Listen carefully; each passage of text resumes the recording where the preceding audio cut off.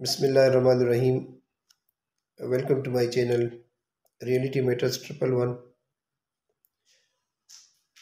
Ladies and gentlemen, इससे पहले हम एजुकेशन में चंद एक अप्रोच पर बात कर चुके हैं।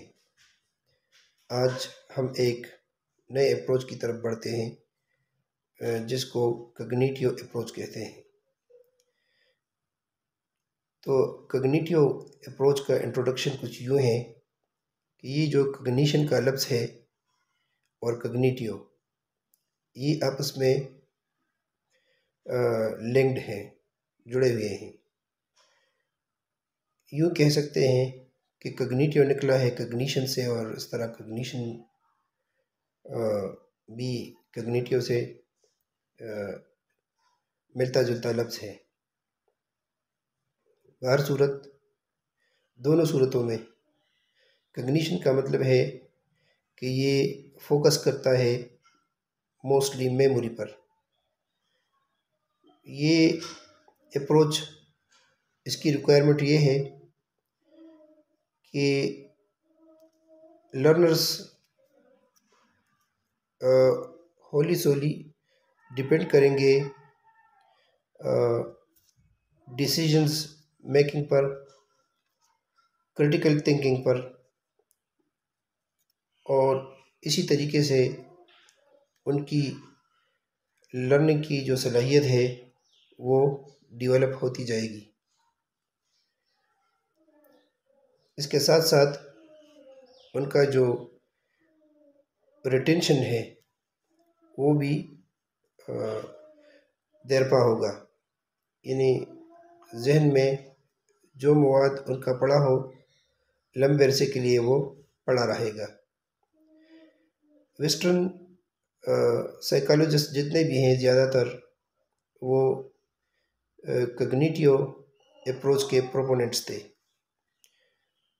तो उसमें जेरोम बर्नर एक अमेरिकन साइकोलॉजिस्ट है, वो इसके प्रोपोनेंट हैं।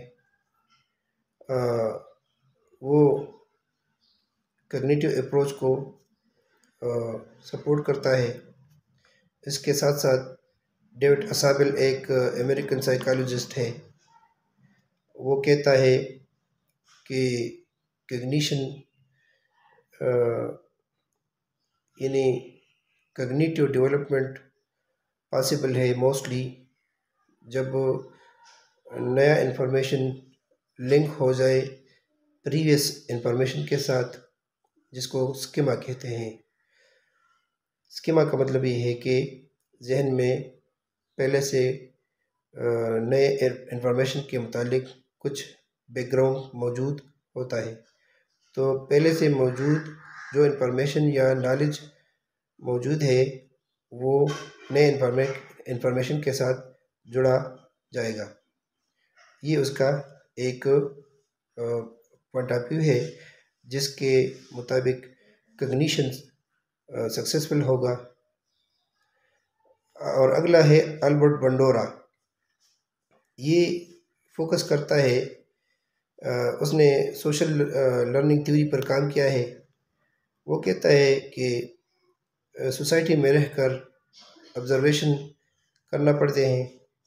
ऑब्ज़र्वेशन करने के ज़रिए मालूमात जहन में आते हैं, प्रोसेस होते हैं, और इस तरह सीखने का अमल जो है ना वो पैदा होता है। मेमोरी जो है ना डेवलप होता है, कॉग्निशन डेवलप होता है। और इसके अलावा ये सोवियत का लीव विगोट्स्की, उसने भी सोशल कल्चर थ्योरी पर काम किया है। उसके सोच के मुताबिक भी ये लर्नर जो है ना इंटरेक्शंस के ज़रिए सीखते हैं और उनकी कॉग्निटिव डेवलपमेंट होती रहती है। तो कॉग्निटिव अप्रोच बहुत एक इम्पोर्टेंट अप्रोच है। बाज़ अप्रोच ऐसे होते हैं कि ये हर कहीं एप्लीकेबल नहीं होते। बाज़ सब्जेक्ट्स ऐसे होते हैं जिसके मुताबिक बाज़ अप्रोच हम अप्लाई कर सकते हैं। Thank you very much. Allah हाफिज़।